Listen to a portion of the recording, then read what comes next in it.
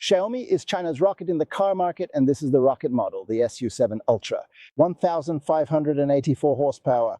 This brand is, after all, a brand that actually deals with smart home electronics. And then they come out with a car, and the guy who is the head of Xiaomi, he wants world-class cars. So this is his baby.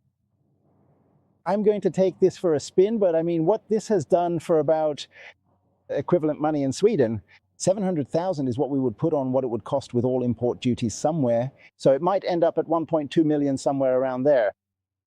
And it has beaten the Porsche Taycan at the Nurburgring. It is seriously fast. This car, the 7s, I mean, SU7 in normal versions too, available in cheaper versions, has actually sold better than the Tesla Model 3. We're going to check this one out, take it for a little spin. So this is the Series Track version with a really nice chassis and heavy-duty brakes. They've had problems with brakes on the track and so on, but damn, what a car. We're going to check out the back seat here. This car has 3 motors, torque vectoring, and does 0 to 100 in under 2 seconds. There are tons of people who have bought this car as the first car they've ever owned in their lives. I've had there have been a few crashes with this car, which I understand. But the back seat is perfectly fine. It's not the world's best back seat, but I'm sitting comfortably here. There is a sunroof. This is very much Porsche, and it has been accused of looking like a Porsche Taycan. And the sister car, the U7, has been accused of looking like a Ferrari Purosangue. I think it looks even more like one with the Alcantara roof. And this car is quite a bit more expensive than the regular version. So people who might not need a super fast car have bought this one. So maybe they are a bit disappointed that it's not such a good everyday car. But yes, there is a problem with the range. A 94 kW battery, and it has a normal range of maybe around 300 kilometers, so it's not energy efficient. But it is a performance car, and performance cars usually aren't. Now we're going to check the front as well. The interior is really sporty and nice. Lovely setup with the drive mode here and the self-driving button. We're going to test that too. What has made this car so popular is that it has a phone that Xiaomi also has. Then you become completely connected to this. It becomes a seamless transition. That is a big advantage in the Chinese market. Some cars also have Huawei software and connectivity there. Then you can also talk to your smart devices at home and so on. So the high-tech feeling and image are very high on this car. What else should we say? A 2.3-ton family car with 1,500 horsepower. I think we'll take a little spin, and we won't be able to use all these 1,500 horsepower out in the city here in Guangzhou, but we'll go for a spin anyway. And I'm looking forward to it coming to Europe, and it's said that it will come next year. Xiaomi, I think this might be the brand that has like a strong presence. You know what it is because people might already have Xiaomi stuff at home. So now we're going for a spin. I mean, for a sports car, this one is comfortable enough. Oh yes, definitely so. But it's really fascinating that the car, new brand is not new, but anyway. It's the new car brand? Yeah, go from nothing to 500,000 or something. Yeah. Just in 2 years. Yeah, that's amazing. Going from nothing to 500,000 or something in 2 years. It's amazing because they are really doing the right things. They know how to make a good car. They have many good designers from other companies. They have engineers from other companies. It is the easiest way one can start. Instead of having their own engineer developing the car, but the infotainment system has a base that is very similar to the phone system. So they didn't do anything wrong with the infotainment system. So the only problem is whether it's good to drive. So the owner, the founder of the company, before he started the company and produced the car, he bought many benchmark cars. He had a GT2 RS for benchmark. And he also learned how to drive manual. He bought a Subaru BRZ and he got a Ferrari Purosangue and a Ferrari, I don't remember which model. And he also got a Lotus Elitra. So he gets all the cars that he thinks are good to drive. I was honestly very impressed to have such a deep conversation with him. It was fascinating because he mentioned that many Chinese cars, well, back when I first started in this industry, were really quite different from what we see on the roads today. He said that many Chinese cars don't even know how to set up the accelerator pedal, brake pedal, and steering. Many of those cars, it's never right. I asked him which cars he thought were right. He said Porsche. Porsche does everything right. So I asked, how much do you think you can keep up with Porsche? He said 70%. I said, okay, that's pretty good for this price. And after driving it, I think he's honest about that. 70% Porsche. It accounts for 70% of the amount. Porsche, yes. So people are really, but do you think this car looks like a Porsche or not? Let me know. Yes. It's just like driving a Porsche. It has that same precision. Okay, but for me, this one is because the light is different. The SU7 it's more puro sangue than this one. We'll take a left. And that is simply because it is the only way. They have upgraded this one because the original SU7 really doesn't steer well. Like that. This is the actual... Actually, the levels are incredibly ultra low. It also has an electric spoiler, so the ride quality isn't that bad. It's stiff, but still has the quality. I truly think the Porsche Taycan is one of the best electric cars that has ever been made. Come out? Yes, I'm with you on that. It feels incredibly comfortable and provides a truly relaxing experience for you. Really nice powertrain. Big and super complete. I love it. I still think the Taycan is a better car than this one. I think so, but it's half the price of an entry-level Taycan when you get to choose. And the sheer, undeniable power that truly drives everything forward is even greater than that of the Turbo GT. You really should try out the acceleration for yourself because it is truly impressive. Wow, and just look at that. It is truly incredible. Was 900 km/h? No, in the afternoon it was 1100 km/h. Okay. Yeah, it's a bit different. Over 1000 km/h is something new. Yeah, and it's not just about raw power. Before Xiaomi, it's just about raw power. It's just about spec sheet stuff. But this car actually drives well. And you know what? It now has a sound simulation. I'm trying to turn it off for you. It has a vibration, like the new AMG. Wow. It actually has that feature. Plus, it also includes an external speaker for audio. Yeah, okay. I don't know. I think this is a V8. Yeah, do you...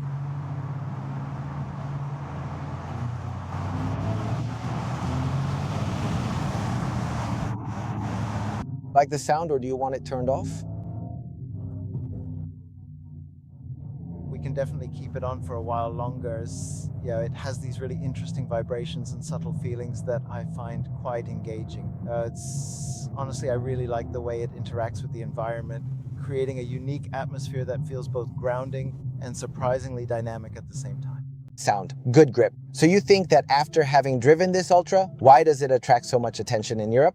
Because before Xiaomi, when you talk about Chinese cars with European media or productions, it's actually not the case that they are dependent on Chinese cars. But after Xiaomi lapped the Nurburgring, it became a big deal. Why is it so important that it's so fast at the Nurburgring? I actually think it has two of them, if I'm not mistaken. These specific aspects. It's very fun that they can compete, but maybe it makes the car worse. That's not how you use the car. But it's an iconic thing, and if you are fast there, you prove that you can do something. It means that it is a good car. It must be, because the Nürburgring is very demanding. All these deliveries, the track isn't small at all. It's constantly going up and down, and it's very varied. There are all types of things that you need to be able to handle out there, and you really have to stay focused. Good car. So it's not just horsepower, it means everything? And also durability, because you have to have full power for 7 minutes? Yes, it is very demanding. If you are good there, then it's a sports car. That is where Porsche grew up. I don't think Porsche would be as good if the Nürburgring wasn't there. You could really call this place a school for sports cars. When the official specs finally came out, looking at the performance figures and the prices, it was clear that this was something special. The top speed is absolutely crazy. 350 km/h with a single gear. That tells a different story. Previously, European markets said you needed a second gear. Porsche, because like an electric motor, it's peaceful at high speed. But actually, when the Chinese market says that if the motor is good, you don't need a second gear. So it goes, I think, 0 to 300 km/h in just, I think, 10 to 14 seconds. That is it. This really shows that Chinese cars can be quite impressive for car enthusiasts. But tell me, do you actually think that it is an end for Chinese cars? to try the electric movement instead of ICE. For the last 10 years, we haven't made any impact in ICE. Yes, I believe it was a clear and ambitious goal from the start. It is fundamentally changing the battery industry as we know it. It made you invisible to the competition, which is a huge advantage. Because of that, you are now in complete control of the whole process from design to final production.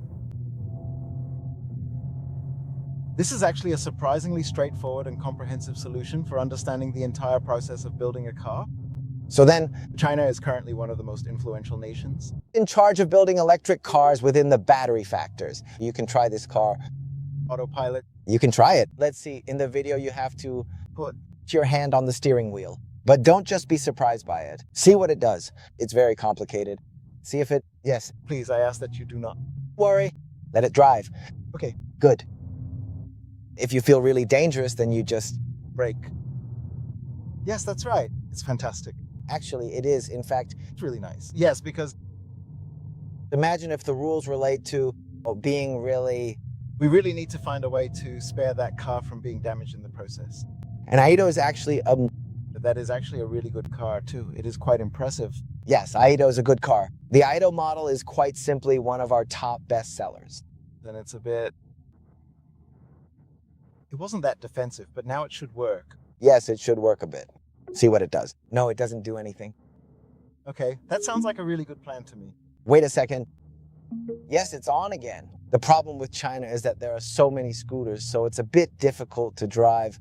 But the car's capability is good, but I think with this generation, you always have to keep an eye on it. So in urban areas, I always drive myself. But on the road, it's good like this. It's good, you don't need to focus as much, because when you always have two hands on the steering wheel, it's very tiring if you drive over 500 kilometers. So it feels a bit calmer for me. At the very beginning, I honestly loved this type of assist pilot technology because I always thought it was damn impressive. I felt like I could drive so much better and, quite frankly, much faster with it. But looking back, the actual capacity of these early systems was really quite low. Now, seeing that it is actually getting better and better with every update, I find myself able to accept it more and more. So perhaps one day in the near future, I will be able to accept it completely and trust it entirely. Yes. Yes, because now you have to focus on the movement and take two directions on it. If one day the movement says that, okay, if an injury happens, it's not my fault, I could let the car drive itself. Yes. So it swerved a bit to avoid a car. Yes, that was good. Okay, so that is clearly a shoe. It really does not seem to fit in with what we are doing here. Yeah, I agree with you there. It really does seem to be a bit more aggressive than we expected. It's actually not aggressive, yes, by Chinese standards. No, but to drive... Yes, so that's why in the city, I'm even more nervous with the system on, so why don't I drive? Myself? Yes, I understand. But this is a good way to demonstrate these systems. It is very complicated. Correctly detected signals and a car behind? It's crazy. Which car? Is it Lexus? Yes. Toyota? Do you think That right there is the one. Japanese cars have a chance? Yes. Actually, it is worth noting that Toyota has established a strategic partnership with GAX, which is the Guangzhou automobile group. And yes, they sell good cars. I mean, honestly, many of these cars actually do quite well if they use Chinese-made parts. On this specific platform. Yes, that's it. There you have it. To really succeed, you need to have the right Chinese technology to help you out. To Be able to... Or... you give us the same standard for the Chinese car. In the past, brands were very important. We believe that brands represent something, for example, a luxury brand. We call them the BB8, BMW, Mercedes, Audi. But now it's not just about cars, but also about the mindset of China, because before we thought it was okay for Chinese to make China straight, which is not good. It is the same thing as with European products, but now we are proud of Chinese products. So the mindset has changed. That is why it is not just the car or electronic devices and other things. Chinese products are now fully capable of making high-quality goods that meet global standards. That's good. Things. Yes, that is why I think the trend has changed. So now the brand is not that important. So if the brand is not there, then you should give us the equivalent things for the Chinese markets. So that is what is happening in the market. Oh, Stop. No, because that is the parking gear. It cannot go like that. That was fun. Yes, that. honestly, that look is already our vibe and we are loving it. Okay, but I also really think that there is a specific kind of vibe in Chinese products that is, quite distinct. Very Important. Yes, I understand your point, but honestly, I think that is actually quite normal for many countries around the world. I really do think it works well for everyone involved. For the Germans are always proud of their car. The Americans are genuinely proud of their VA system. I really think that you, as a Swede, should be just as proud of your own healthcare services. It is truly something worth appreciating, don't you agree? Volvo, yes, we are. But I think the Chinese are proud that Chinese products can surprise the world. That It's a strong... Yes, that is the fun part where we can talk in depth in the morning. Yes, that is certainly true, because it is essentially like competing on a global scale. And that is especially evident when you consider the complexities of the modern economy. I think it's not about competing across the world because, when you look at China, apart from the historical exception of Genghis Khan, wait, was it Genghis Khan? Yes, apart from that specific instance, it is a long-standing perspective that we have never really sought to invade or occupy other countries throughout our history. We have been surprised for so long that we really want to show everyone that we are good people. After all, this is our neighborhood and we care about it. That is actually really good, I must say. I personally think Like it, but there are problems with the ECU. The lecture is a bit difficult. It's under sustainability now. it steers very nicely. You can feel that right here. Good feeling in the steering. A bit of engine sound too. The best thing about exploring these back streets in Guangzhou is discovering the authentic local life. The seats press the engine in like this ride. Nice feel in the accelerator. And as I said, very pleasant steering. It really feels like this is a performance car, right? And I'm sitting very low nicely. I have good visibility. I get that Porsche feeling from these fenders. And a really, really supportive seat. I like these.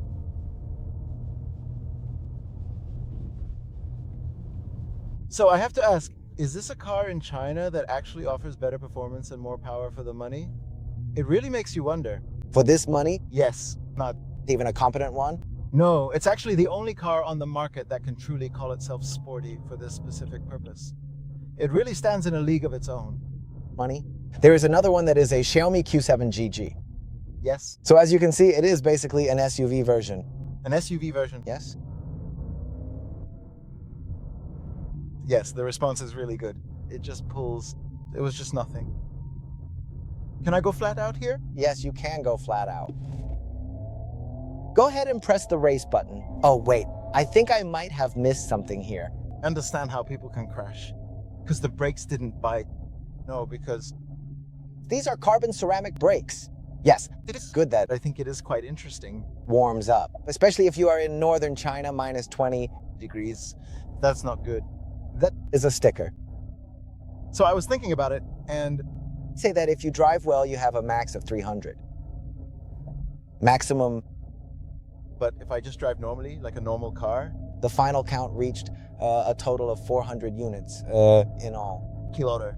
That was the problem with the Taycan. They were surprised by the range. But the steering feel is quite good. It's not bad. That is it. Here, What we call higher education mega hubs. We have 10 universities here.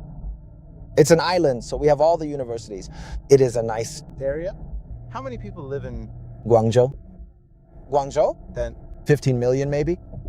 15 million? Yes, I think so. I don't know. Is it? the big city in Xpan? Yes.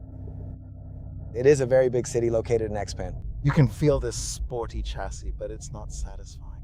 I want it to be a bit harder. It's an app. Just this type of car, you think that Actually, it is quite good for this type of thing, I think. car? Yes, I wanted It, to be a bit hard otherwise. actually, it is not fun at all. Okay, I admit I am wrong. It is 19 million people now in Guangzhou. Did you say 19 million? It's a city change. That's double Sweden.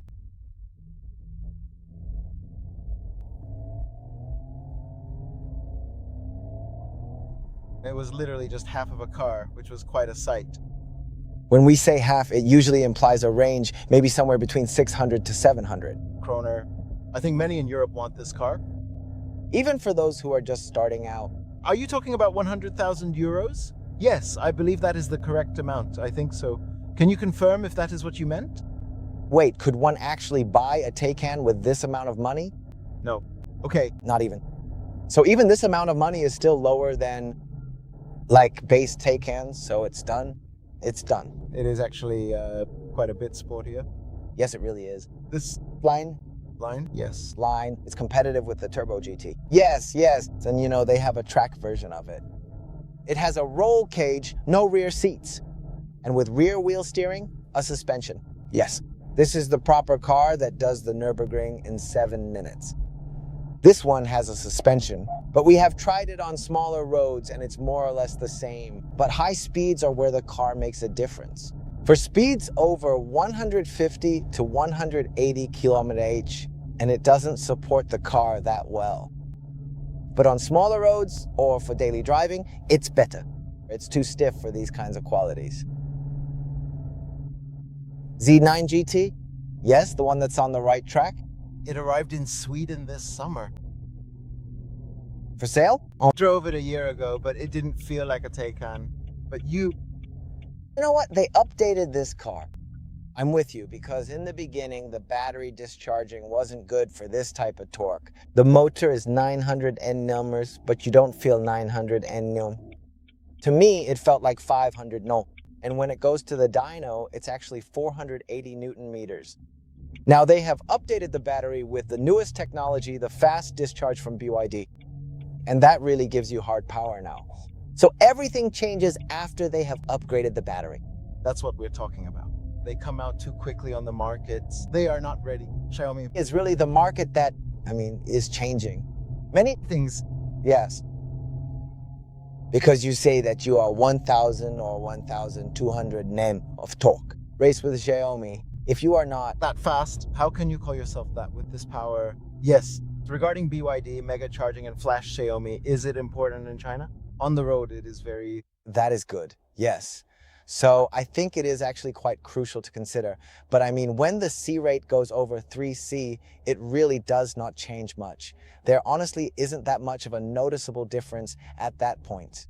So it's a bit like marketing or promotion. It is like a Xiaomi. 1,500 kW, 7 minutes at the Nurburgring. Who needs that?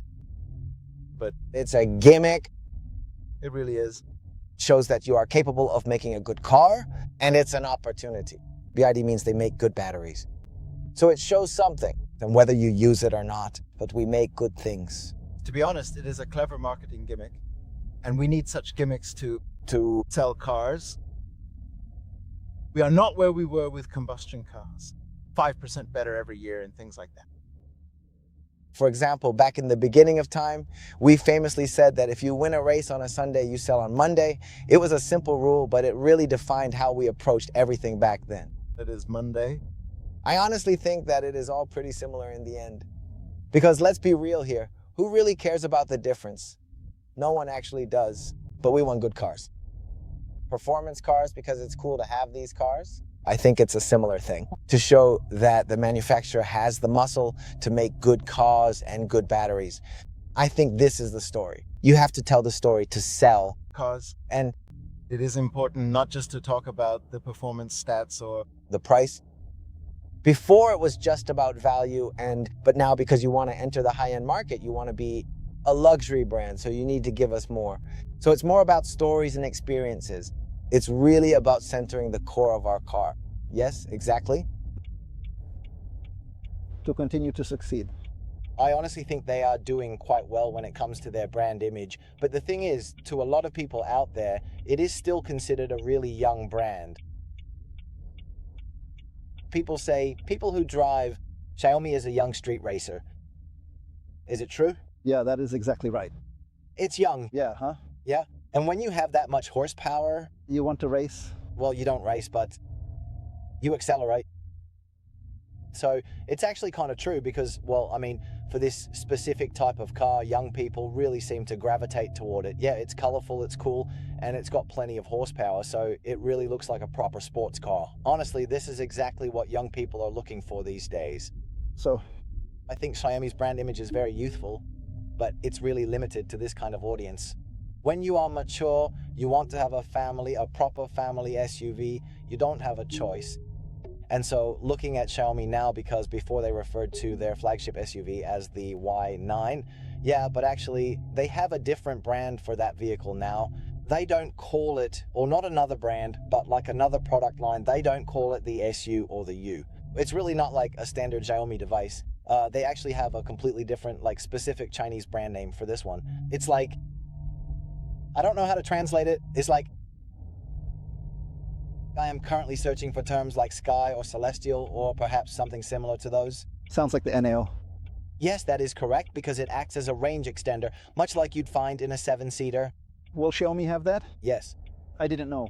Huge SUV. Okay, yeah, that's right, with a tent set up right on top. Wow. So, yeah, but looking back, I think the reason they made this decision is because you have already established a really strong, fresh, and young brand image with the SU7, and they clearly want to build on that momentum. If you have like a family car, like a big SUV, then people will get confused, what's your brand? So that's why they have another product line for that. I think it's a wise decision to do that. Yeah, that sounds about right. Yeah, they will definitely have that car out, I think, very soon, perhaps later this year, at the Guangzhou Auto Show, maybe even sooner than that. Okay. Yeah, Okay, thank you for the ride. This is your car, this is my car. and you're selling it now? Oh, I honestly don't know because, you know, the resale value is just so low, so I really don't need that many electric cars, but I just like this car. I'm just not sure. I understand why. I really understand why. Yeah, I love it. And I think it's more fun to drive than your Lotus. yes, sure. It's more a sports car. Definitely, Yes. definitely. And you don't need the space. Yeah. Oh, I need that space. You need the SUV space? Yes, that is simply because I want to have my parents. It's more practical. Yeah, that is the real Maestro. Maestro, yes. This is the best-selling Chinese car, over 1 million. All right. Yeah, okay. It looks like 1 million. Yeah, you know what? Well, you can have a look. It's not our car, but we know the owner. Owner, Yeah, you can have a look. great. Okay, cool, thanks. Thank you, that is great. Thanks for having me. Right here we have China's absolute biggest seller, which has already moved over 1 million units. Maestro, that is the name of this model. If you take a close look at the design, you can really see that it looks like 1 million thrones. It is actually quite easy to tell what is going on here. With this specific trendy paint that they have clearly copied from someone else, it is obvious that there is still a significant amount of copying going on in the industry. If you look closely at the details, you can easily see exactly where the inspiration for this inspection has been taken from. Let's take a look inside this car. Just a quick look here. Just take a moment to really look at this incredible car. Honestly, look at that stunning design and the way it catches the light. It is absolutely breathtaking, isn't it? These are really very nice seats. I have to try sitting in the back seat too. Oh, just take a look at the back seats. Seriously, take a really good look at those back seats. This is space. I'm going to take off. The seat is here. Oh, a really nice mat here. Oh, what a car. And here you can actually shoot right between the seats, if I understand the whole thing correctly. Yes, you can lower a partition so that you sit here in the back and you simply can't see from the front what is going on in the back seat. Maybe you can hear, but you can't see anyway. Fantastic back seat.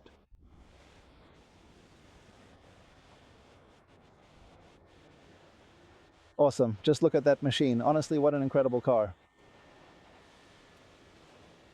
What a massive door, actually, over 1 meter long.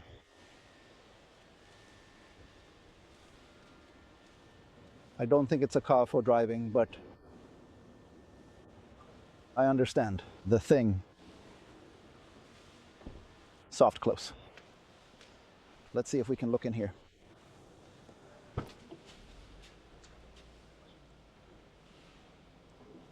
Nice. Wow, I have to say, this is absolutely stunning. It is genuinely one of the most beautiful things I have seen, and honestly, everything about it is just so incredibly nice.